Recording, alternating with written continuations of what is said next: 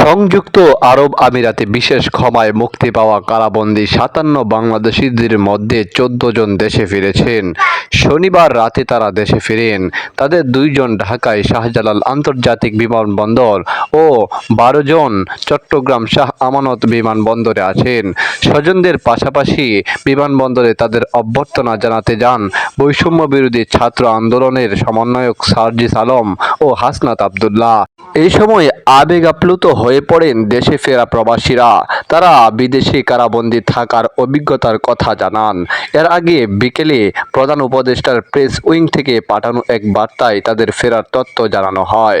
বাংলাদেশ ছাত্র জনতার আন্দোলনের প্রতি সমর্থন জানিয়ে দুবাইয়ে বিক্ষোভ করার সময় যাবজ্জীবন সহ বিভিন্ন সাজায় দণ্ডিত হন ৫৭ বাংলাদেশি। পরে অন্তর্বর্তীকালীন সরকারের প্রধান উপদেষ্টা ডক্টর ইউনূসের অনুরোধে তাদের ক্ষমা করেন সংযুক্ত আরব আমিরাতের প্রেসিডেন্ট শেখ মোহাম্মদ বিন জায়েদ আল নাহিয়ান। একই সাথে দ্রুত তাদের দেশে ফেরত পাঠানোর নির্দেশনাও দেন তিনি।